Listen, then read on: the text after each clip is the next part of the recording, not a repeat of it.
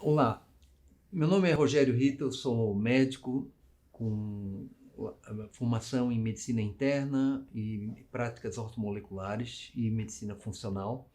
E hoje eu vou apresentar um tema que é algo que me dedico há alguns anos, que é sobre o uso de suplementação durante a gestação. Meu interesse por esse tema surgiu em parte por causa da solicitação de muitos pais que fazem um tratamento biomédico para o autismo, em que eles têm essa pergunta: doutor, como não tenho um segundo filho autista? Nos Estados Unidos, onde a incidência do autismo é uma realidade muito mais documentada do que no Brasil, muitos pais hoje já têm medo de ter filhos pelo risco de ter um filho autista. E a medicina precisa dar uma resposta, dar uma solução para essa nova situação, esse novo contexto de epidemia de autismo que a gente está vivendo. Além da epidemia de autismo, existe um novo contexto que gera a importância da suplementação, que é a postergação da maternidade. Cada vez mais as mulheres postergam o início da maternidade, deixando para após os 35 ou até os 40 anos para terem seu primeiro filho. E sabe-se que, à medida que passam os anos, aumenta a incidência de doenças genéticas, como a síndrome de Down, em mulheres de maior idade. Um outro fator que é importante do fato de que a maternidade é feita próximo aos 35 ou 40 anos é a redução da fertilidade. Então, o uso de suplementação para a gestação também não é só para a gestação, é para também ter uma ação preventiva para esse novo contexto da vida moderna que a gente está vivenciando hoje. Quando a gente fala em suplementação, é importante que a gente entenda que a gente está fazendo algo inédito na história da humanidade. Na história da humanidade, a gente sempre foi vítima da genética ou por muito tempo acreditou-se no determinismo genético. E hoje em dia, cada vez mais se sabe sobre a epigenética. E o uso de suplementos tem uma atuação justamente nessa epigenética, nessa modulação epigenética. Então, o ambiente e a alimentação tem uma interferência direta na expressão desses genes, e a expressão desses genes pode ser modificada através do uso de alguns nutrientes. Essas modificações epigenéticas, que podem levar a uma remodelação da cromatina, fazem com que você tenha uma alteração da transcrição, uma alteração da translação, do metabolismo, da sinalização e, por último, uma alteração do fenótipo. Você pode ter um genótipo que não vai se manifestar no fenótipo. Então, é muito importante a gente entender que quando nós estamos trabalhando com nutrientes, se você pode trabalhar numa dose baixa, que vai ter uma ação nutricional, e você pode trabalhar numa dose mais alta, que vai ter uma atuação nutrigenética ou nutrigenômica. E essa dinâmica, isso já está bem comprovado em vários trabalhos, a importância da epigenética na qualidade ou na saúde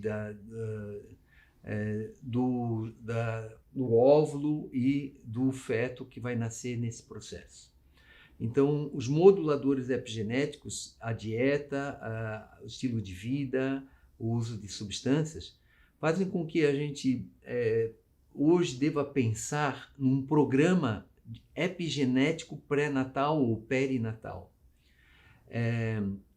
Esse programa epigenético pré-natal é de a gente interferir nos fatores que possam ter um cruzamento com a questão genética. Então, a gente sabe que o metabolismo materno, a nutrição materna, o estresse oxidativo, o imprint, a manifestação dos genes herdados, infecções severas durante a gestação, disfunção placentária e exposição tóxica, são tudo fatores que vão ter um imprint epigenético e vai ter uma consequência de longo prazo. O que nós queremos é atuar e explicar sobre como nós podemos intervir do ponto de vista médico nesses 4 fatores, que é o metabolismo materno, a nutrição materna, o estresse oxidativo e a manifestação desses imprints dos genes herdados. Com isso, a gente tem um programa de gestação saudável e hoje toda mulher que deseja ficar grávida deveria ser um processo intencional e preparado. A gente está vivendo num mundo tóxico em que deixar a gestação de forma acidental e ocasional, sem uma preparação da mulher, hoje não tem mais sentido do ponto de vista científico. Se preconiza que durante a gestação a mulher tenha uma otimização da saúde, que é essa otimização da gestação e da saúde do bebê, fazendo com que essa gestação seja um momento de ápice de saúde da mulher. E esse ápice de saúde da mulher vai gerar, a gente vai ter como resultado uma gestação muito mais saudável, um bebê muito mais saudável. A alimentação é fundamental, assim como a detoxificação. Sabe-se que as toxinas têm um efeito epigenético e justamente a retirada das toxinas antes de engravidar e evitar a toxicidade, melhorar a qualidade de alimentação, como alimentação orgânica durante a gestação, tem uma série de benefícios epigenéticos. E o que dentro desse programa, que hoje eu faço com muitos pacientes no consultório, e muitos médicos já fazem esse programa, essa abordagem da medicina funcional na gestação, eu vou me ater e me aprofundar num dos tópicos, que é a questão do uso de suplementos antes, durante e após a gestação. Por que é importante suplementar? É importante a gente ver que a suplementação ela vem esse conceito de que a suplementação não é remédio, é comida em cápsula. São os nutrientes que foram retirados dos alimentos e foram colocados em cápsula para facilitar o seu consumo e aumentar a dose do seu consumo. E hoje a necessidade de suplementação é importante não só durante a gestação, em virtude de inúmeros fatores da vida moderna. Sabe-se hoje que para você ter a quantidade adequada de micronutrientes, você deveria fazer ingestão de 5 a 7 porções de frutas e verduras por dia. E que muito poucas pessoas fazem essa quantidade necessária para uma nutrição ideal. O empobrecimento do solo, a diminuição dos micronutrientes nos alimentos, isso está documentado nos últimos 30, 40 anos, onde a agricultura, utilizando os mesmos solos e repondo apenas os macronutrientes, ou o nitrogênio, o fosfato e o potássio para o solo, vai empauperando o solo de micronutrientes, e a carência desses micronutrientes tem se documentado que a quantidade de magnésio e zinco no milho ou em algumas verduras, elas reduziu enormemente nos últimos 30 anos. Os agrotóxicos e os defensivos agrícolas é um problema sério, principalmente aqui no Brasil, fazendo com que a necessidade da agricultura orgânica hoje é uma premência, é uma necessidade do mundo moderno, principalmente no Brasil, que é o maior importador de agrotóxico do mundo. Só perde em utilização para os Estados Unidos. O estresse oxidativo da vida moderna é uma outra causa da necessidade de suplementos. A necessidade de antioxidantes é muito maior. A exposição à luz, a exposição a ondas magnéticas, tudo isso que a gente chama de essa exposição ambiental, ela tem uma ação, muitos dos mecanismos de ação de radiações ionizantes, campos eletromagnéticos, o mecanismo de ação dessa poluição que a gente vive por estresse oxidativo. São os radicais livres, os famosos radicais livres, que atuam causando uma série de processos degenerativos e de envelhecimento precoce. E a gente tem uma situação moderna que é a questão da seletividade alimentar, que cada vez mais pessoas têm, em que fazem uma restrição a comer apenas alguns alimentos. Então, na clínica, a gente tem surgimento de doenças carenciais de formas leves. Então, a gente pode ter uma pessoa que não come frutas, vai ter uma carência de vitamina C, na forma de um sangramento gengival de repetição, ou a gente vai ter uma pessoa que não come cereais integrais, uma carência de vitamina B1, e vai ter uma pelagra, ou a vitamina B3, vai ter uma pelagra, vai ter doenças carenciais de vitaminas se manifestando de forma suave, ou quadros clínicos leves dessas doenças. Na gestação, a importância da suplementação é porque existem inúmeros trabalhos científicos mostrando que melhora a fertilidade, previne doenças e otimiza a saúde durante a gestação, melhora os benefícios e a saúde para a futura criança, os ganhos cognitivos para a futura criança e a prevenção de doenças no futuro. Sabe-se que a gestação é um processo de construção desse novo ser, que de 2 células nós vamos ter 3 a 4 quilos de células, e esses trilhões de células elas vão ser multiplicadas e construídas durante esses 9 meses de gestação. Então, a necessidade nutricional do processo gestacional é único na construção, durante a vida humana. Então, a necessidade nutricional durante a gestação é a maior de todas, e por isso que a suplementação e ter a certeza de que o fornecimento do material de construção para esse novo corpo seja fornecido da forma mais adequada e completa possível, isso vai ter consequências para o resto da vida dessa pessoa. Então, cada vez está mais documentado a consequência de longo prazo da suplementação e a consequência de curto prazo. E é sobre esses trabalhos que eu vou apresentar. Evidências científicas da suplementação da gestação é o que mais existe, não é o que mais existe, mas existe muito e existe bem comprovado. Vou mostrar para vocês a evolução desse conhecimento através da revisão Cochrane, que é muito conhecida, a medicina baseada em evidência, e esse é um instituto que tenta coletar e condensar essas evidências em trabalhos científicos.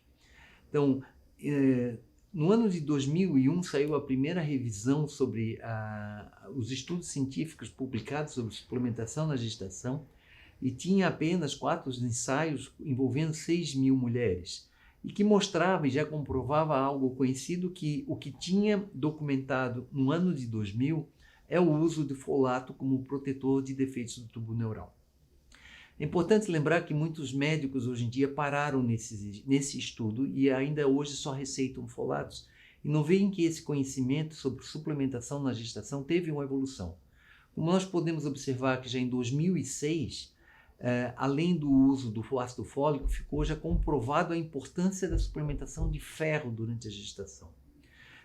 Em 2012 já tínhamos 23 ensaios clínicos envolvendo mais de 76.000 mulheres, e que já mostrava os primeiros benefícios de que os micronutrientes teriam um impacto significativo em redução de bebês de baixo peso ao nascer, e bebês com baixo peso para a idade gestacional. Então, desde 2012, já está começando-se a sugerir que o uso de suplementos, além do ferro e do folato, já tem comprovação científica. Em 2017, é feita uma nova revisão em que mostra que já tem uma indicação clara de que deve haver a substituição do ferro e ácido fólico com suplementos de polivitamínicos contendo ferro e ácido fólico.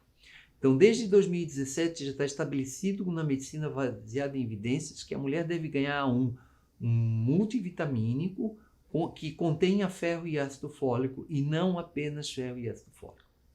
Esse é um conceito que precisa entrar na classe médica e haver essa substituição devido à deficiência de micronutrientes cada vez mais se reconhecer como tendo consequências para a gestação. Em 2019, se amplia ainda mais para 21 ensaios clínicos com 142.000 mulheres, que já deixa claro e cabal que o uso de um suplemento multivitamínico com ácido fólico e ferro vai dar resultados imediatos para a gestação, porque num trabalho científico é mais fácil de ver o resultado da gestação, não o resultado de longo prazo.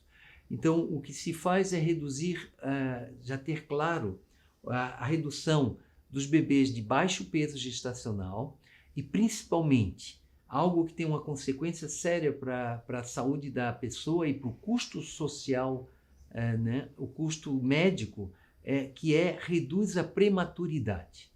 Então, uma criança prematura é uma criança extremamente cara para o serviço de saúde, porque implica internação em UTI, implica em cuidados médicos, em maiores patologias, em atraso no neurodesenvolvimento, em maior incidência de autismo. Uma criança prematura tem sérias consequências na saúde, além do estresse familiar de ter o recém-nascido na UTI. Então, o fato de uma pequena intervenção reduzir a prematuridade, per se, já se paga, já se justifica essa intervenção com a redução dos partos prematuros. O que é importante sabermos é que esses resultados de curto prazo, esses resultados na gestação, são resultados conseguidos com doses bastante baixas e nutricionais. São doses da dose diária indicada, o RDA, do nutriente. Não se está falando do uso de suplementos de doses altas. Então, como eu falei, o uso de suplementos em doses nutricionais vai ter um resultado imediato na gestação, e o uso de suplementos em doses um pouco maiores, não precisam ser mega doses, doses um pouco maiores, vai ter um efeito epigenético mais claro, tá? Então, os estudos usam essas doses que estão publicadas nesse slide, mostrando que, mesmo com doses básicas, doses pequenas, já mostrou ter um resultado significativo no fruto da gestação. Que já a partir desse momento em que você tem revisões bibliográficas repetidas, que dá um grau de evidência nível A, passa a ser obrigatório a prescrição, porque o que é mais reconhecido é a medicina baseada em evidências, e sobre suplementação em gestação tem evidências mais do que suficientes, mostrando seus benefícios e a sua indicação. Então, isso é o que já está comprovado na literatura médica, e o que eu vou explorar hoje é o que mais a gente pode fazer além dessas doses básicas. Então, o uso dessas doses básicas já vai fazer um grande efeito para a gestação normal. Mas a gente pode fazer agora uma otimização. Além disso, o que mais que nós podemos fazer para alguém que queira se preparar e fazer uma gestação consciente? Então, existe um capítulo que é a suplementação não para gestante, a suplementação para o procriador, para o pai, o futuro pai. Então, esse futuro pai pode dar uma contribuição para a melhora epigenética dessa criança se ele fazer uso de suplementos 4 a 6 meses antes de ele fecundar essa mulher, essa futura mãe. Por que é a importância do pai e ele sofre mais influência epigenética? Por causa que o espermatozoide ele é fabricado através de uma multiplicação celular da partir das espermatogônias de 60 a 90 dias antes da ejaculação. Então, existe um processo de multiplicação celular, e a gente sabe que sempre que tem um processo de multiplicação celular, toda a influência genética e epigenética se manifesta de forma maior. A mulher, o óvulo, ele apenas cresce ao longo para ser ovulado. Ele já a mulher já nasce com o óvulo pronto, né? Por isso que existem trabalhos muito interessantes, por exemplo, que falando que a síndrome de Down muitas vezes vem da gestação como é que foi a gestação da avó, né? A avó dessa criança, o que ela fez de uso de suplementos ou de nutrientes, ou a qualidade nutricional da gestação da avó, que fez formar o ócito da filha, que pode gerar já um ócito com alterações genéticas que vai provocar uma síndrome de Down na segunda geração. Então, na mulher, a alteração genética e a influência epigenética é muito menor na pré-concepção do que no homem. No entanto, a suplementação, assim que houver a fecundação, é muito importante que seja feito na mulher. Mas antes da fecundação, há a importância do homem. E o que se faz no uso de suplementos na pré-concepção pelo pai? A gente sabe que o que a gente tem que nutrir é o espermatozoide. E o espermatozoide, ele nada mais é do que uma célula rica em mitocôndrias para que possa mover a cauda e gerar movimento. Então ele é riquíssimo em conteúdo mitocondrial e por isso a importância de se usar antioxidantes e nutrientes mitocondriais. O estresse oxidativo ele pode acontecer, ter várias consequências no espermatozoide. Então a gente sabe que o espermatozoide está sob intenso estresse oxidativo, porque essa atividade mitocondrial sobe em muito o processo pró-oxidativo. E esse estresse oxidativo ele pode gerar uma peroxidação lipídica e lesar a membrana celular, e ele pode ter uma agressão direta na fragmentação do DNA. Por isso que vários trabalhos mostram que o uso de antioxidantes na gestação é extremamente benéfico para a qualidade do esperma e para o aumento do índice de fertilidade.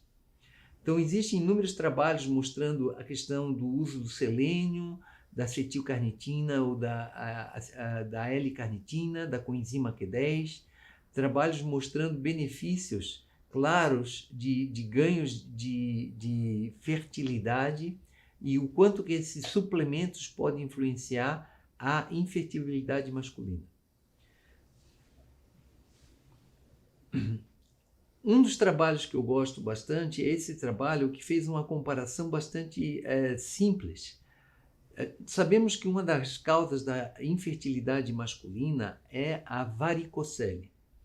Quando o homem apresenta varicocele, é feita uma cirurgia, uma varicocelectomia, em que se faz a laqueadura ou se faz o clampeamento dessas veias que estão na bolsa escrotal, aumentando o retorno venoso na bolsa escrotal.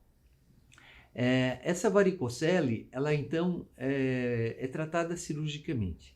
Esse grupo de médicos fez um trabalho, um desenho de um trabalho muito inteligente. Eles pegaram todos os homens que foram operados de varicocele, eles dividiram.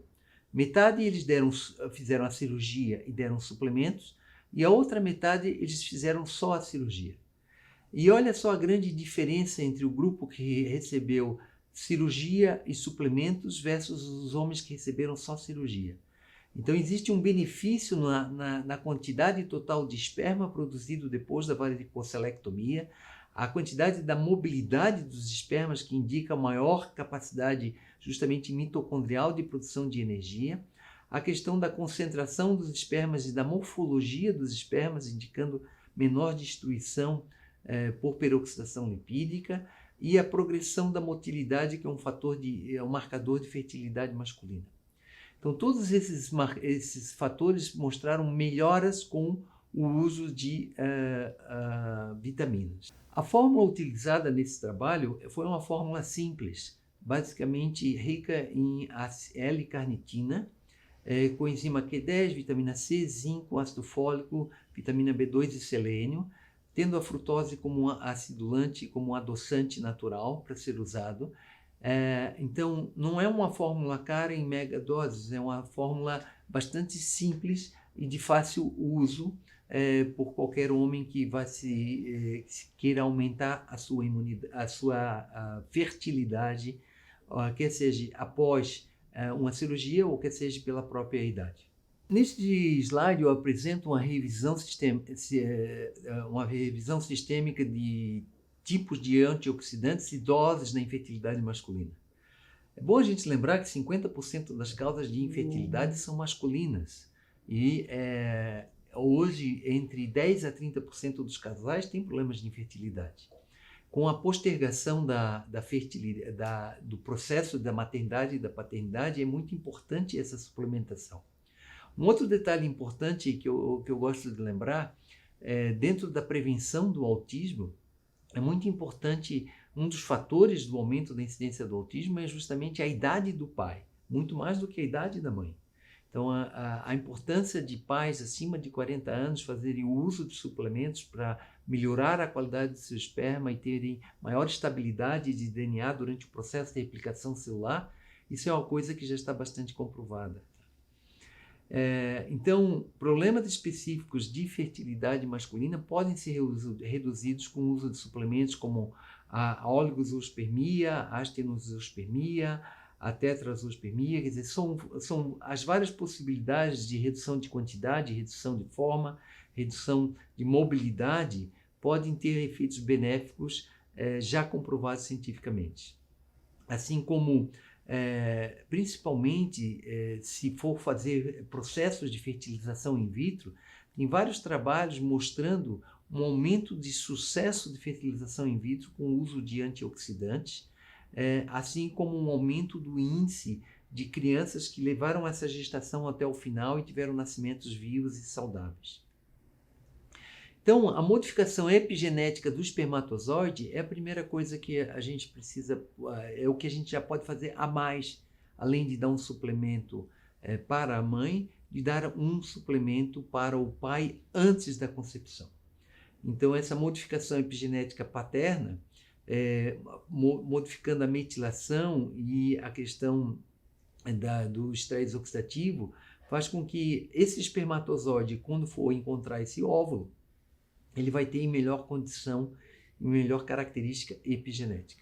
Quando nós falamos sobre o uso de suplementos para a gestação, é muito importante pensar que essa suplementação deve ser começada antes da fecundação, que o ideal seria. Por que o ideal seria que a suplementação começasse antes da fecundação? Porque quando a mulher percebe grávida, já essa gestação, até que ela veja o atraso menstrual, pegue o exame, faça o exame, confirme a gestação, a gente já está falando num feto de 4 semanas. Um feto de 4 semanas já tem coluna, toda a estrutura do sistema nervoso montado, e que se a mulher ainda tiver um pequeno sangramento e ficar em dúvida e só fazer o diagnóstico na 8ª semana, ela já vai ter todo o feto armado. Só falta crescer e se multiplicar, mas a estrutura, o desenho do feto já vai estar tudo pronto. Então, a importância da suplementação a partir desse início, da gestação. Então, se uma mulher pretende engravidar, ela já deve estar fazendo uso de vitamina, de um suplemento vitamínico antes da gravidez. Essa seria a situação ideal. O que os trabalhos mostram é o que a mulher que começou a tomar vitamina depois que já foi feito o diagnóstico da gestação, mas os trabalhos mostram que quanto mais no início da gravidez a mulher começa a tomar um multivitamínico, melhores são os benefícios desse multivitamínico. Quando se fala em uso de multivitamínico e gestação, o mais famoso de todos é o ácido fólico. O ácido fólico, sabe-se que com a suplementação de uma única vitamina, você previne 50% das lesões de tubo neural.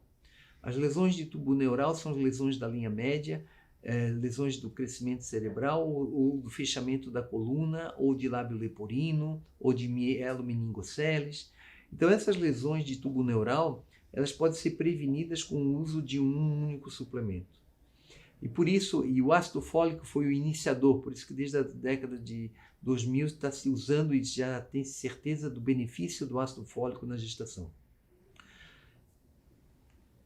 O importante é sabermos que a deficiência de ácido fólico, ela tem inúmeras consequências no corpo, não só na gestação.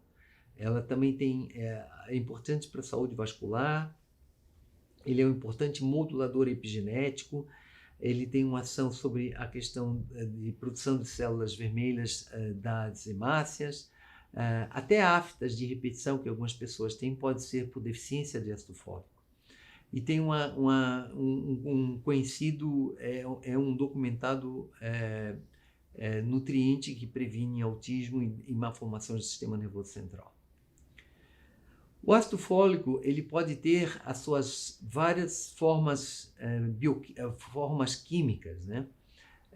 Ele pode ser o ácido fólico, ou ele pode ser o tetrahidrofolato, que vai acrescentando, depois ele vai ser o metileno tetrahidrofolato e o metil tetrahidrofolato, que é o ácido fólico ou o metilfolato, como ele é conhecido. Então, pequenos ajustes nas fórmulas vai se tornando diferente a suação no corpo. Por que o ácido fólico é tão importante? Então, o ácido fólico é importante porque ele é um componente central de uma via metabólica que se chama a via da metilação. A metilação do DNA ela é o ciclo da metilação, que é chamado da bioquímica do carbono único, que são ácido fólico, vitamina B2, betaína e colina, são os principais ingredientes desse ciclo da metilação. Ela é fundamental para regular o estresse oxidativo, porque o ciclo da metilação vai levar ao ciclo da transsulfatação e a produção de glutationa. E a glutationa, além de ser um potente antioxidante, também vai levar à produção de sulfatos, que é um detoxificante importante. A questão da instabilidade genômica e a necessidade desses componentes para a proliferação do DNA. Precisa desses compostos para produzir matéria-prima para o DNA. Vamos entender um pouco melhor o que é essa metilação. Primeiro, a metilação é um dos principais componentes, ou uma das principais formas de controle epigenético. O silenciamento genético se dá pela a adesão de radicais metílicos na cromatina ou nas histonas, silenciando, ligando ou desligando os genes, a expressão desses genes. A metilação atua em mais de 1000 funções críticas no corpo. Então ela se relaciona não apenas com a questão da metilação das histonas e do DNA e a expressão epigenética, mas ela também se relaciona com todo o processo da síntese de neurotransmissor, porque a metilação da serotonina é o que faz surgir a melatonina, que é responsável pelo ciclo do sono. A metilação das catecolaminas é que vai se transformar a adrenalina em noradrenalina e é responsável pelo status cognitivo. Todo o processo da metilação da arginina é importante para o ciclo do óxido nítrico. A questão da metilação dos fosfolipídios é o que dá as qualidades de permeabilidade das membranas, sendo mais ou menos permeáveis. O ciclo da metilação é importante para a síntese de creatina, que vai ser os status energéticos. E então, esse ciclo, uma única reação química tem inúmeras consequências bioquímicas, sendo central para o funcionamento bioquímico adequado do corpo. O importante é nós sabermos que o ciclo da metilação ele funciona como uma engrenagem. Então, ela precisa, é um ciclo que gira em torno do ciclo do folato. Então, por isso que o ácido fólico é tão importante. O ácido fólico é tão importante porque ele está entre dois ciclos vitais e ele funciona como uma engrenagem. Se não tivermos ácido fólico suficiente e de bioquimicamente ativos, essa engrenagem toda bioquímica do corpo se trava. Por isso tem o surgimento das malformações, pelo esse bloqueio do ciclo da metilação e bloqueio do outro ciclo que aqui vai ficar mais claro. Então, o ciclo do folato ele está justamente entre por um lado, ele é responsável pelo ciclo das purinas, que faz a síntese do DNA e o reparo do DNA. Em toda a proliferação celular é muito importante esse ciclo das purinas. E por outro lado, você tem um ciclo justamente da metionina, que vai virar o ciclo da metilação. Então, por isso que é tão importante o folato, não pelo ciclo do folato, mas pelo que a inter-relação com os outros ciclos. Por isso que hoje em dia, quem conhece um pouco mais profundamente bioquímica, não tem sentido ficar dando só ácido fólico para uma gestante. Deve-se dar todos os nutrientes que atuam nesse ciclo do folato, que atuam no ciclo da metionina, no ciclo da metilação e no ciclo da transsulfatação. Essa inter-relação de fatores é muito importante. E com isso conseguimos também entender por que os contaminantes, os poluentes ambientais são tão danosos na gestação, porque eles consomem o ciclo da transsulfatação e eles podem induzir alterações a nível de DNA e alterações genéticas. Um agrotóxico, para ser excretado, ele tem que ser metilado, ele tem que ser metabolizado, sulfatado. E com isso vai estar consumindo radicais metil que deveriam estar à disposição do corpo para o ciclo da metilação e para o ciclo das purinas. Então aí, com esse slide, eu esclareço a importância e essa inter-relação entre o ciclo do folato, da metilação e a toxicidade ambiental na gestação. Esse é um exemplo do ciclo da metilação, mostrando que não é apenas ácido fólico. Precisa de vitamina B12, precisa de vitamina B6, precisa de magnésio, zinco, e esses ciclos eles estão todos interligados. Com esse slide, nós podemos observar melhor a complexidade e as inter-relações do ciclo do folato, com o ciclo da metionina, com o ciclo do BH4, com todos os neurotransmissores e toda a importância do ciclo do folato. Nós temos, por exemplo, a questão das mutações genéticas associadas a esse ciclo. A medicina e a ciência já reconhecem a importância da metileno-tetraidrofolato redutase, uma mutação de um SNP, de apenas uma letra no DNA desta enzima, pode fazer com que ela fique de forma heterozigota 30% mais inativa ou de forma homozigótica até 70% mais inativa do que uma pessoa sem essa mutação. O que essa mutação faz? Ela faz com que o ácido fólico não se torne ácido fólico ativo. E esse ácido fólico ativo, o metilfolato é a forma que realmente vai doar o ácido fólico para o ciclo do folato. Tá? No entanto, a gente pode ver assinalado nesses slides uma série de outros SNPs que a pessoa pode ter e que pode ter interferido o seu mecanismo do folato. Pode ter alteração na MTR, MTRR, BH, MT, na CBS, são todas as outras enzimas que podem ter defeitos genéticos que vão ter uma repercussão na sua capacidade funcional. Com esse slide, a gente também vê a importância da colina, né? Em que a gente pode observar aqui o BHMT, que é a betaína homocisteína metiltransferase, ela transforma na carência do metilfolato, o corpo usa essa via curta para produzir radicais metis, e aqui mostra também a importância da colina no ciclo da metilação. Aqui nós podemos ver a complexidade do metabolismo do folato. Tá? O metabolismo do folato ele tem uma sequência de etapas bioquímicas, etapas metabólicas, até que vire a sua forma ativa. Então, o folato das plantas, das folhas verdes, ele já é um folato reduzido. Então, ele entra direto como dihidrofolato. Enquanto que o ácido fólico normal de farmácia, de suplemento, ele precisa ser reduzido para se transformar em dihidrofolato.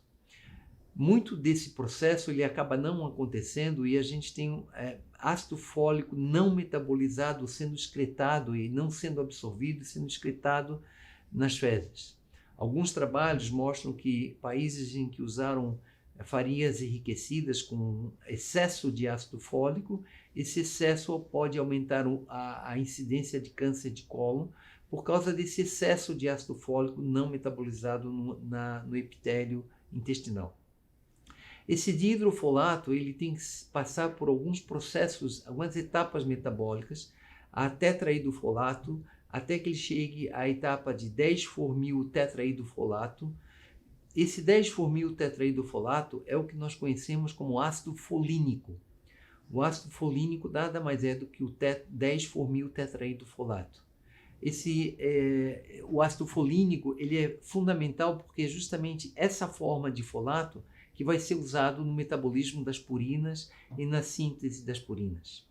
esse 10-formil tetraidrofolato vai se transformar em 5,10-metileno tetraidrofolato, que vai se virar em 5-metilfolato, que é o ácido fólico ativo, que é o metilfolato.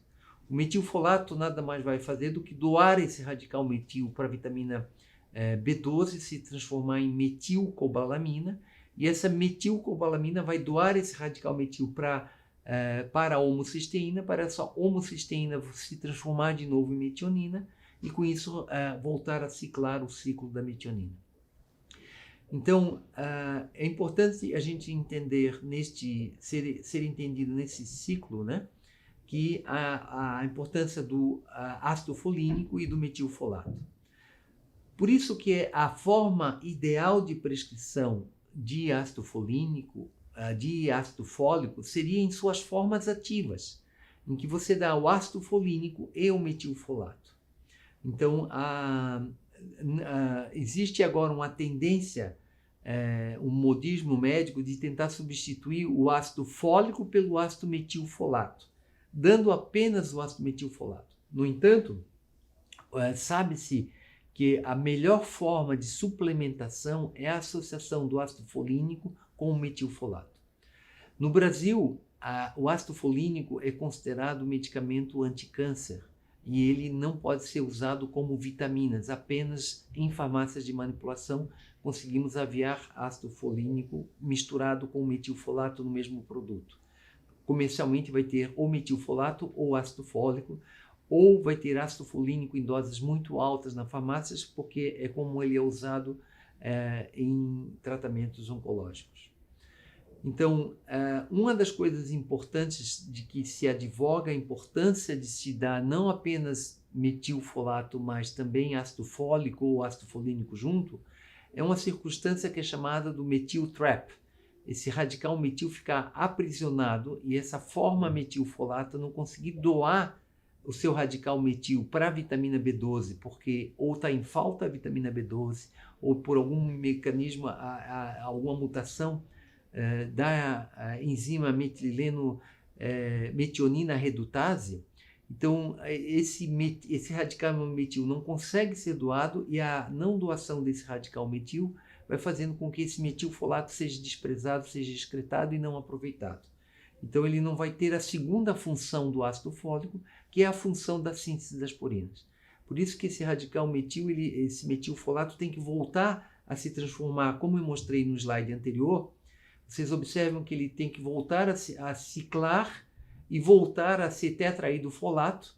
O metiltetraidrofolato perde o radical metil, ele volta a ser o tetraidrofolato, e com isso ele vai voltar a ser o 10-formil tetraidrofolato, que vai funcionar no metabolismo das purinas.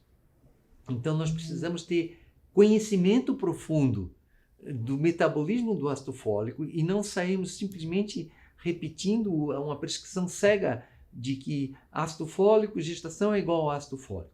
Além disso, está ultrapassado, isso pode ser otimizado com um conhecimento mais profundo da bioquímica. Como prescrever o ácido fólico ou o metilfolato? Então, o ideal é prescrever na forma manipulada o ácido folínico com metilfolato, ou em muitos multivitamínicos atualmente vai ter a forma do ácido fólico com metilfolato junto. Não existem trabalhos ainda suficientes de uso apenas de metilfolato. Tá? A gente não sabe ainda a consequência do metil trap no longo prazo e o uso apenas do metilfolato, substituir o ácido fólico pelo metilfolato. Todos os trabalhos que mostram os benefícios de longo prazo do ácido fólico foram feitos com ácido fólico.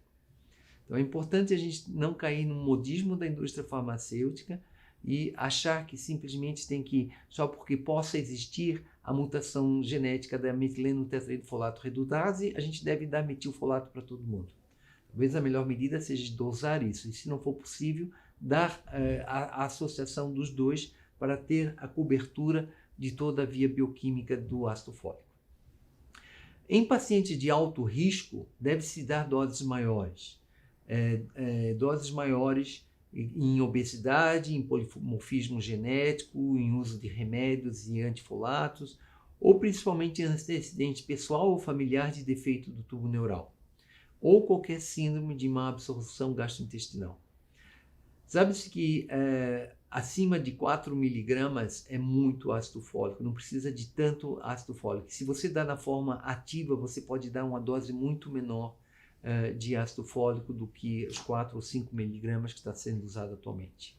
Uma das questões importantes em relação ao ácido fólico e que foi divulgado na mídia é a questão de que se o ácido fólico ou o uso de ácido fólico na gestação estaria relacionado com o surgimento ou o aumento da incidência de autismo. É importante ver que essa informação surgiu de um único estudo científico isolado que não foi reproduzido. Sabe-se na medicina que a informação científica ela precisa ser comprovada e repetida para se tornar uma verdade.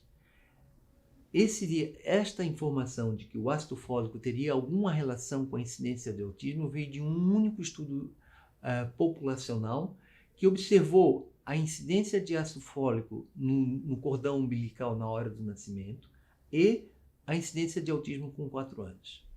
Então, essa relação entre ácido fólico gestacional e níveis de ácido fólico gestacional e autismo 4 anos não é um estudo que possa provar uma causalidade, porque esse grupo populacional não foi acompanhado, foi apenas uma observação.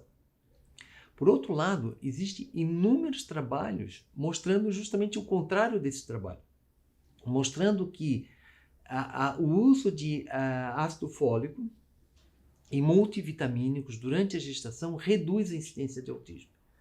Então, nós temos aqui a incidência de autismo com o uso de ácido fólico, com o uso de multivitamínicos e com o uso apenas de multivitamínicos, mostrando que justamente a associação de ácido fólico com multivitamínicos é o que reduz o risco relativo de autismo da sua melhor forma. Então, está comprovado e não deve-se ter medo de usar ácido fólico durante a gestação, em virtude desse único estudo observacional. Esse aqui é um outro trabalho muito interessante que mostra a importância do ácido fólico reduzindo os efeitos da toxicidade ambiental, que é um causador do autismo. Então, observou-se mulheres que foram expostas a toxinas ambientais. Dessas mulheres que foram expostas a toxinas ambientais, separou-se em 2 grupos. Um grupo que fez uso de ácido fólico 600 microgramas e outro grupo que não fez uso de ácido fólico. E observou-se que houve uma redução relativa do risco do grupo que fez uso em doses altas de ácido fólico, quer dizer, acima de 600 microgramas.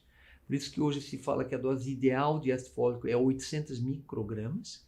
E o grupo que não recebeu uma dose baixa de ácido fólico, entre 200 e 400 microgramas, esse grupo apresentou maior incidência de autismo, mostrando que justamente ao contrário desse outro trabalho, o ácido fólico tem uma ação preventiva na incidência de autismo. Um outro fator importante que nós temos que olhar é a vitamina B12. Quando nós entendemos o ciclo da metilação, um outro ator importante não é só o ácido fólico. A vitamina B12 é o que liga a homocisteína à metionina. E sabe-se que a deficiência da vitamina B12 ela é muito importante para a síntese proteica da mielina, para a síntese, a formação das hemácias, para a questão da manipulação, a manutenção da homocisteína, e toda uma ação sobre os neurotransmissores, tendo uma repercussão sobre a incidência ou não de depressão. A suplementação da vitamina B12 durante a gestação é muito importante porque 2 estudos comprovaram um resultado benéfico em ganhos cognitivos das crianças, melhora de linguagem receptiva e expressiva, coordenação motora grossa e fina, nas crianças de mães que receberam suplementação de vitamina B12 na gestação. mostrando que ela é muito importante para o processo, principalmente de mielinização do cérebro e formação de novas sinapses. E isso trazendo como resultado uma melhora cognitiva na criança suplementada.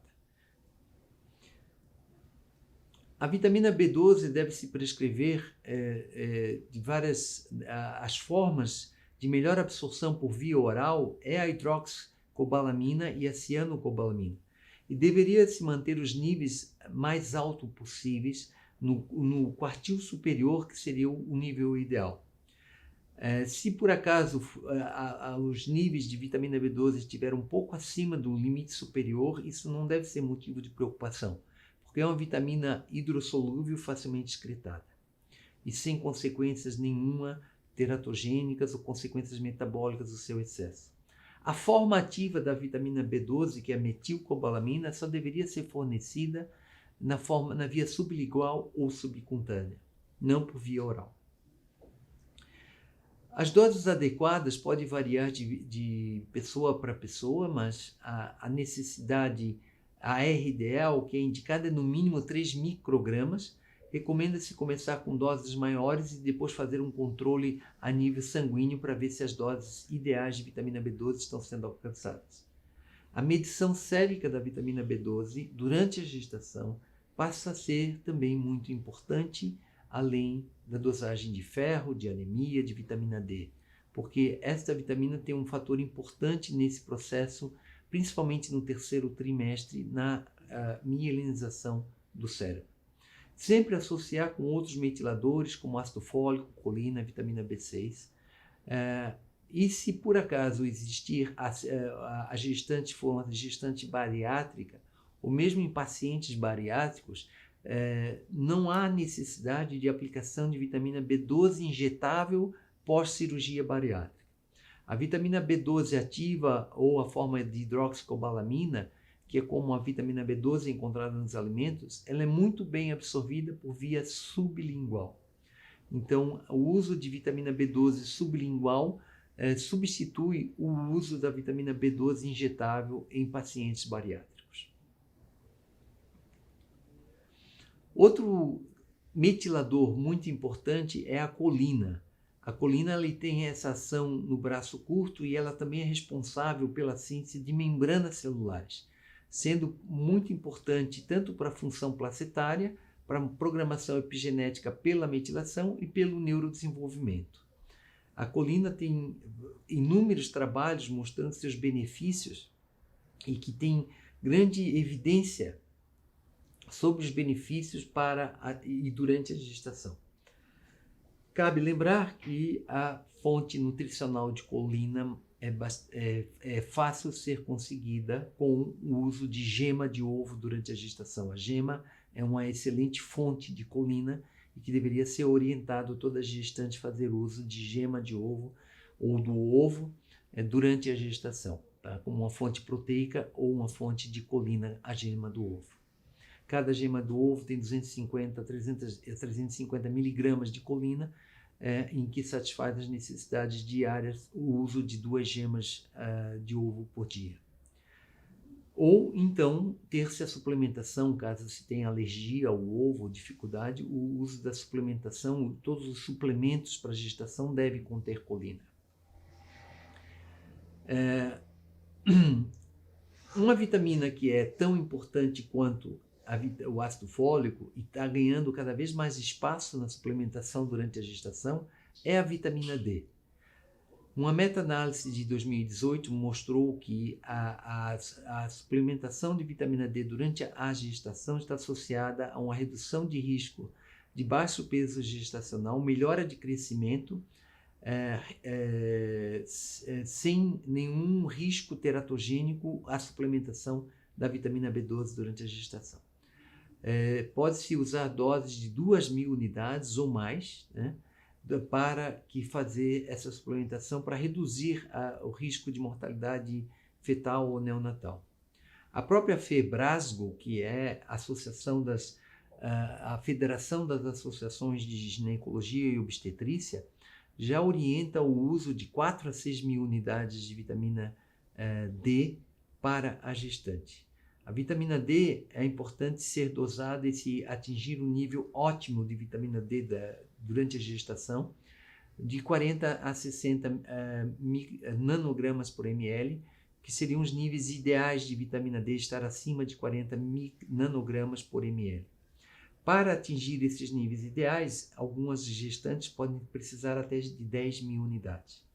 Alguns autores, como o Dr. Coimbra, preconizam o uso de 10.000 unidades para todas as gestantes, para que os níveis ideais fiquem entre 80 e 100, que são os níveis considerados ótimos de vitamina D.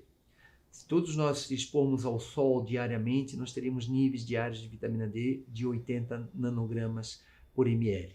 Justamente a vida moderna e a heliofobia, que impede com que a gente tenha uma exposição solar como tínhamos no passado, torna-se necessário a suplementação da vitamina D. E isso é importante saber que mesmo num país ensolarado como o Brasil e uma região ensolarada como o Nordeste, existe deficiência de vitamina D. Esse é um trabalho que foi feito no Maranhão, em São Luís, em que se observou níveis séricos de vitamina D nas gestantes maranhenses. E observou-se que mais do que 70% das gestantes tinha hipovitaminose D.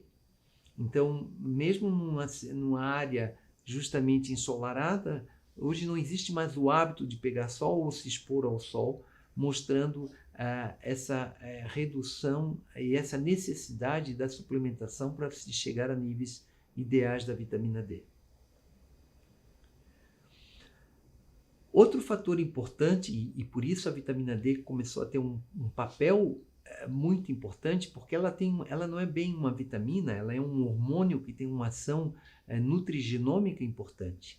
Então, ela tem uma ação de prevenção de transtorno de déficit de atenção e hiperatividade, como nessa revisão sobre o uso da vitamina D pré-natal e os efeitos sobre o neurodesenvolvimento, mostrando que ela já tem uma comprovada redução do índice de transtorno de déficit de atenção e hiperatividade, assim como uma comprovada redução em índices de autismo, o uso da vitamina D durante a gestação. Como se prescreve a vitamina D na gestação? Então, é importante a prescrição da vitamina D para que alcance doses ideais. Talvez precise de doses maiores de vitamina D caso a gestante não se exponha ao sol. A gente sabe que para haver a síntese da vitamina D é a exposição solar no sol mais forte do meio-dia, 15 a 30 minutos, justamente no sol mais forte, e por isso que se evita, a maioria das pessoas evita essa exposição, e por isso que há uma redução da síntese. Mas as doses suplementadas têm que ser as doses para atingir os níveis séricos ideais. É muito importante ter esse cuidado de prescrever vitamina D em unidades internacionais e não em microgramas, para não haver confusão na hora da formulação em farmácias de manipulação. Principalmente em crianças pequenas, o cuidado da prescrição da vitamina D deve ser reforçado.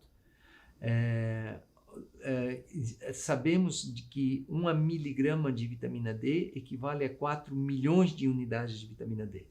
Então é importante para não ter risco, e todos os trabalhos internacionais, todos os trabalhos preconizam a prescrição em unidades internacionais e não em miligramas ou microgramas, para não ter risco de erro na formulação dessa vitamina. O cuidado com o consumo de laticínios para o risco de hipercalcemia e alterações do metabolismo do cálcio com a vitamina D, eles precisam ser tomados se a vitamina D for fornecida em doses iguais ou superiores a 10.000 unidades por dia. O uso de doses de 2, 4, 6.000 unidades é uma dose segura de suplementação, sem nenhum risco de hipercalcemia ou transtornos do metabolismo do cálcio. Pode-se optar por manipular uma associação de vitamina D com vitamina A, em virtude de que os receptores de vitamina D são ácido retinóico dependente. Então, garante-se que não tem uma deficiência de vitamina A que poderiam fazer com que a eficácia da vitamina D fosse reduzida. Normalmente se prescreve na forma de gotas oleosas misturadas com TCM ou um óleo de sabor agradável, e deve-se dar uma vez ao dia. Em crianças, as quantidades devem ser bem menores. O uso de 50 a 100 unidades por quilo de peso para criança é suficiente. O uso de 300 unidades por quilo para criança, isso são para crianças que têm alergia, crianças que têm autismo, crianças que têm patologias. A dose recomendada da vitamina D seria uma dose de 50 a 100 unidades por quilo por dia. O ferro é um suplemento já bem documentado de sua importância na gestação.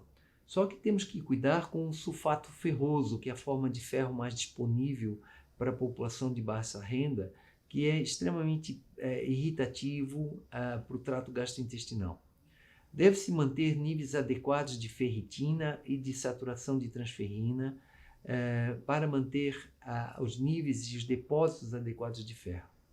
A anemia dilucional da gestação é bastante conhecida que no segundo trimestre a mulher apresenta uma queda dos níveis de hematócrito por causa da diluição do plasma que acontece durante a gestação.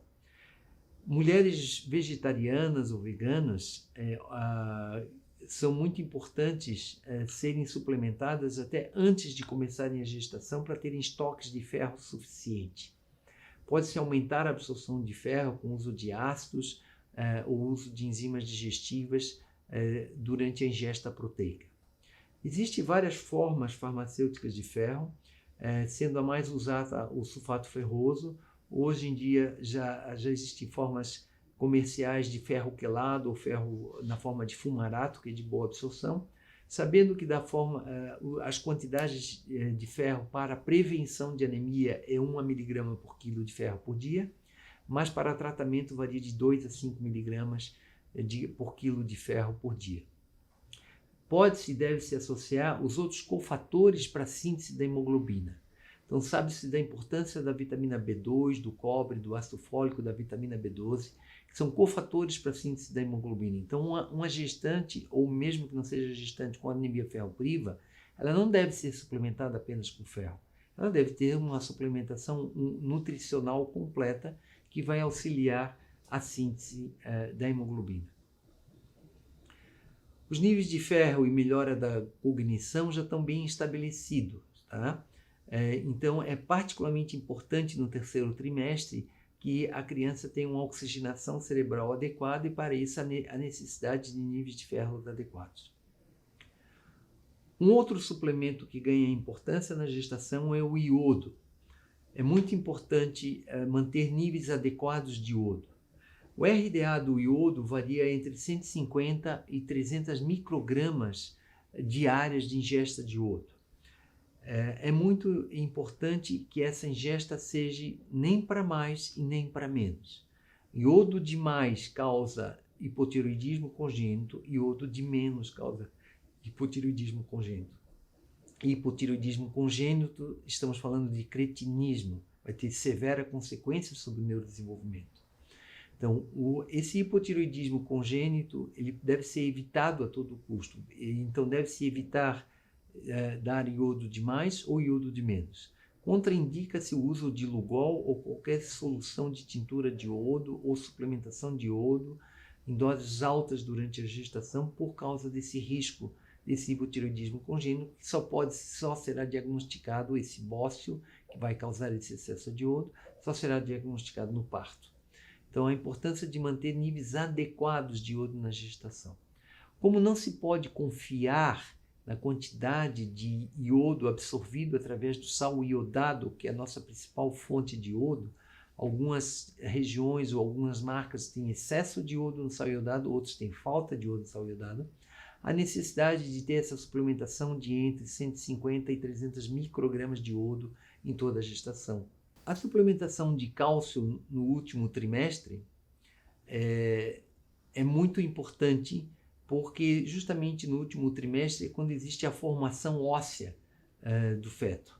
Então, o cálcio é um nutriente essencial, principalmente no último trimestre. Além disso, o cálcio está comprovada a sua redução na incidência de eclâmpsia e pré-eclâmpsia em mulheres que fizeram uso de cálcio suplementação de cálcio no final da gestação. Então, existe já comprovação, ainda limitada, mas que comprova esse efeito preventivo de eclâmpsia e pré-eclâmpsia, o uso de cálcio. Mas é um nutriente importante de ser suplementado para a formação óssea, principalmente em caso de baixa ingesta de alimentos ricos em cálcio. O complexo B, então, quando se fala de vitaminas do complexo B, não é só o ácido fólico B12, né? A importância da tiamina como um cofator enzimático importante para o sistema nervoso, a riboflavina como envolvida na produção de energia e de toda a ação mitocondrial, a niacina como importante na questão da prevenção da pellagra, que é justamente dermatite, demência, diarreia, né? E então cada um desses nutrientes é importante que tenha dosagens adequadas durante a gestação para que não haja carência de nenhum desses nutrientes que funcionam como cofatores metabólicos importantes.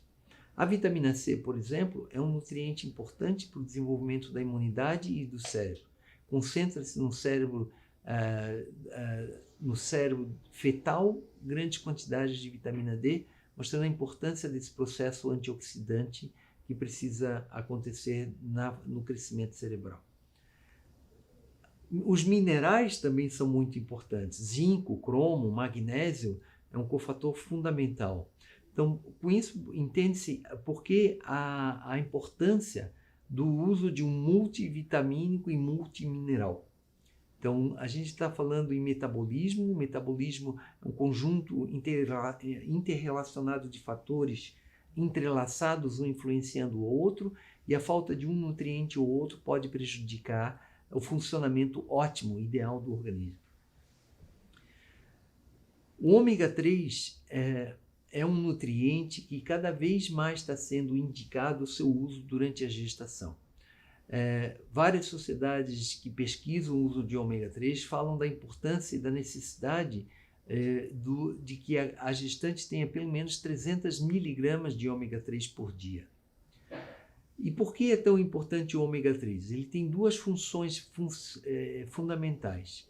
O EPA ele tem uma função como anti-inflamatória e o DHA tem uma função estrutural na construção da retina e do cérebro. Muitos trabalhos mostram da importância do DHA durante a gestação. No entanto, a gente sabe que o EPA se transforma em DHA e o DHA se transforma em EPA. Essa via metabólica do EPA e do DHA ela é reversa, né?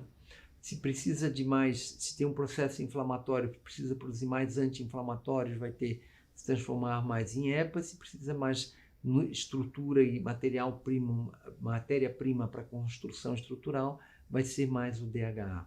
Uma das descobertas interessantes é a redução de doenças alérgicas nas crianças em que suas mães foram suplementadas de ômega 3 na gestação. Então, existe uma redução de alergias IgE mediadas, eczemas. Em vários trabalhos mostram essa redução de dermatites atópicas em filhas de mulheres que fizeram uso de ômega 3 durante a gestação. Um outro tópico importante do ômega 3 é se ele aumentaria a cognição e a inteligência das crianças das mães suplementadas com ômega 3. Sabemos que o ômega 3 é fundamental para a construção estrutural do cérebro. E essa construção estrutural do cérebro, ela necessita desse componente para as membranas celulares e para uma série de mecanismos metabólicos para a construção do cérebro, como a mielinização. Esta meta-análise que eu estou apresentando agora mostra que o ômega 3 ele já está comprovado o seu benefício como desenvolvedor do cérebro, melhorador do cérebro, principalmente em crianças que tiveram parto pré-termo.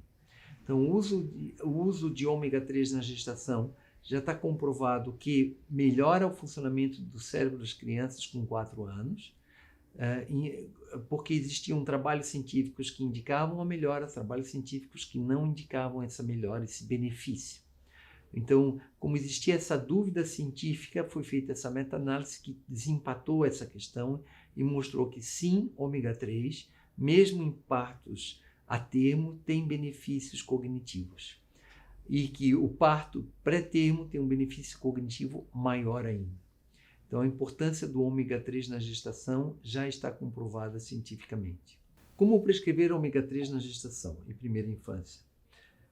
Sabe-se que a principal fonte de ômega 3 na alimentação são os peixes. E deve-se buscar peixes de águas frias e peixes de menor tamanho, pois esses peixes não acumulam a toxicidade ambiental encontrada no mar. Um peixe que come outros peixes, como por exemplo o atum, é contraindicado e até proibido o seu uso durante a gestação nos Estados Unidos, porque ele concentra o mercúrio encontrado nos peixes menores e vai bioacumulando essa toxina em sua carne.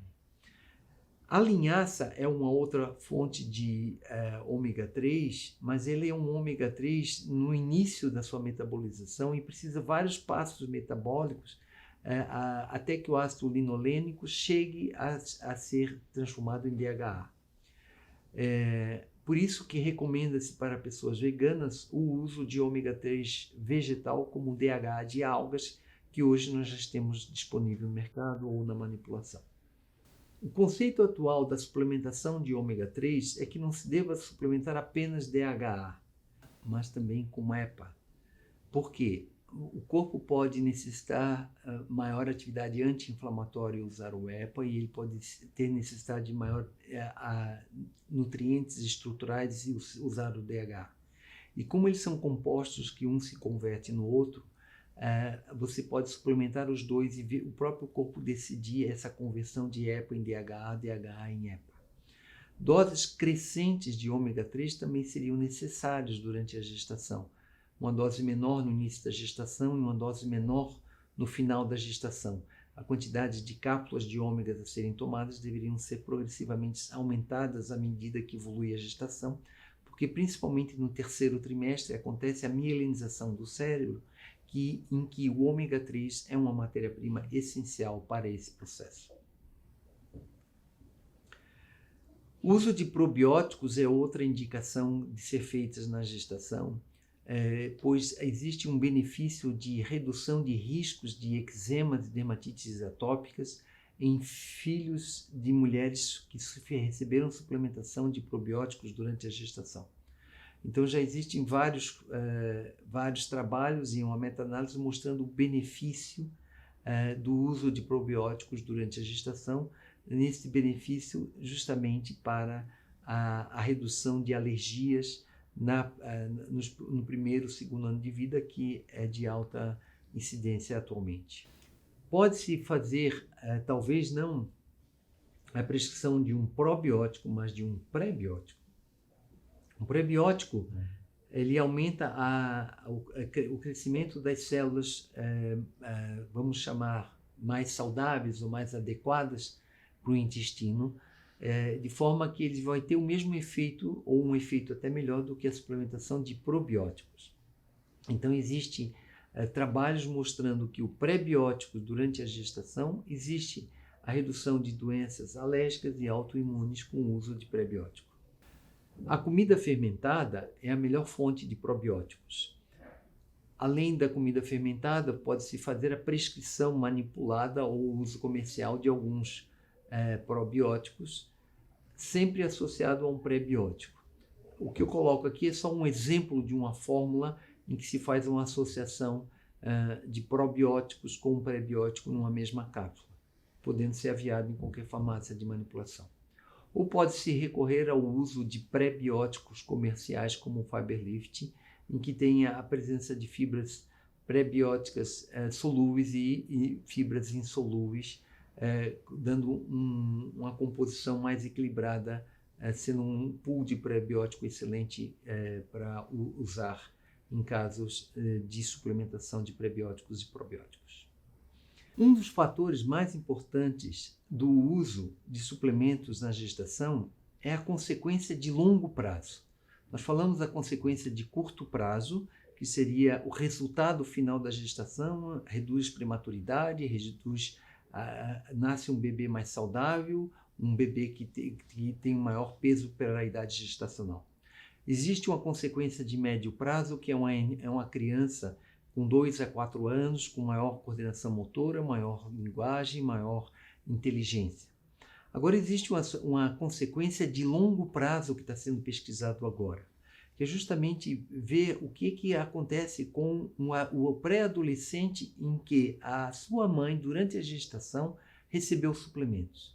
Então, esse trabalho que foi feito na China fez essa pesquisa comparando como é que foi o uso de suplementos na gestação e a consequência em escalas cognitivas no pré-adolescente com 12 anos, com 14 anos de idade. Então, vocês observem, primeiro, que é muito interessante que a bolinha azul é o ácido fólico, mais ferro, e a bolinha laranja é um multivitamínico, mais ácido fólico, mostrando que os melhores resultados são justamente do uso de um multivitamínico com ácido fólico. E que quanto mais precoce, quer dizer, antes da 12ª semana for utilizada o suplemento vitamínico, melhor é o resultado encontrado.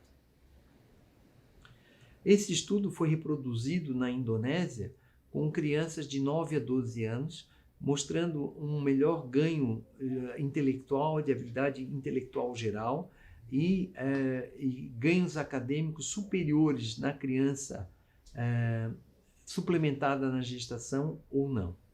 Então, essa consequência de longo prazo mostra um efeito epigenético importante que vai ter consequências duradouras para a vida dessa criança suplementada durante a gestação.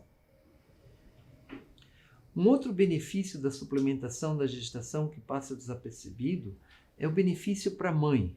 Então, esse trabalho mostrou que não é só a criança, o feto e essa nova criança que vão se beneficiar. Esse trabalho mostrou a questão cognitiva e de humor com a mãe que usou um multivitamínico comparado com a mãe que usou só ácido fólico e ferro. Então, mostrando que existe um benefício importante, quer seja na mãe menos nutrida ou mais nutrida, quer seja na mãe que tenha uma anemia ou não tenha uma anemia, o ganho cognitivo e de humor mostrou-se superior à suplementação de multivitamínico do que só a suplementação de ácido fólico e ferro. Sabendo de tudo isso, surgiu dentro do grupo Essentia uma ideia de um projeto social em que pudesse ter uma repercussão na vida das pessoas, que é justamente fornecer um suplemento para gestantes de baixo nível socioeconômico de uma forma de um projeto social que pode trazer uma repercussão de longo prazo para o Brasil, como a gente viu consequências de longo prazo para a gestação.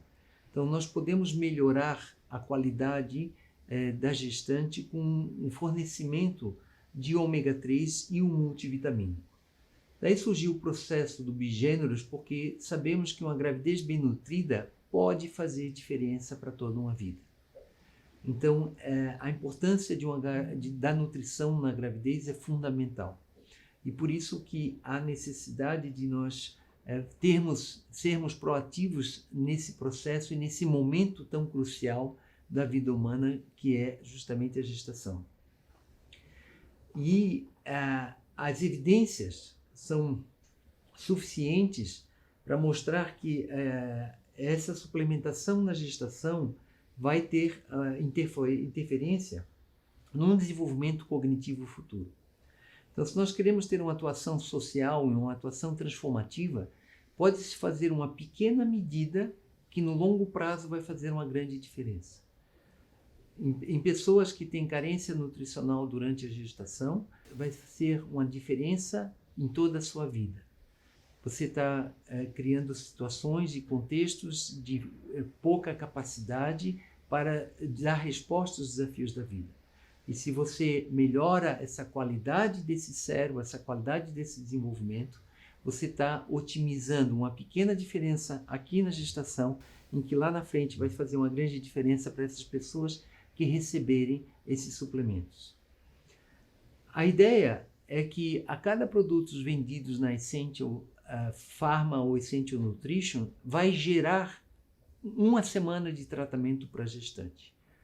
O lucro auferido de produtos será transformado em doações para gestantes, para que com isso a gente consiga atingir um grande número de gestantes e que possam beneficiar desse programa.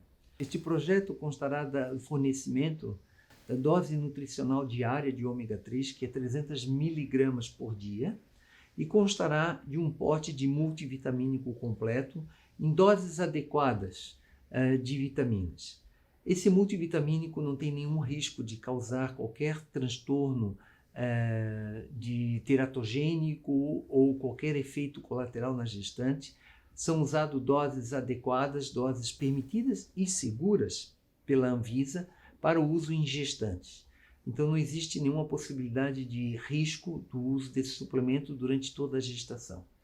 E se fará o fornecimento de um multivitamínico completo, contendo todos os micronutrientes e minerais que são necessários no processo da gestação a níveis nutricionais. Isso será feito através de postos de saúde, através de projetos sociais, em que se tenha um acompanhamento adequado da gestante e com isso vai se complementar ou se otimizar esse atendimento que já é feito com o uso desses suplementos. E o projeto Bigeneros, ele nasce de um desejo de ter uma influência social e que a nossa ação tenha uma consequência social. Então, faz parte de que essa consciência de que a gente pode servir de forma contundente ao desenvolvimento humano através de uma pequena ação. Então, nesse momento que é a gestação, que é um momento tão precioso e tão nutricionalmente crítico, se usar e se fornecer justamente suplementos nutricionais para essas gestantes, em que vai fazer com que toda a grande diferença no longo prazo dessas crianças suplementadas e bem nutridas durante a gestação. Afinal, uma gestação bem nutrida pode fazer a diferença em toda uma vida. Muito obrigado pela atenção.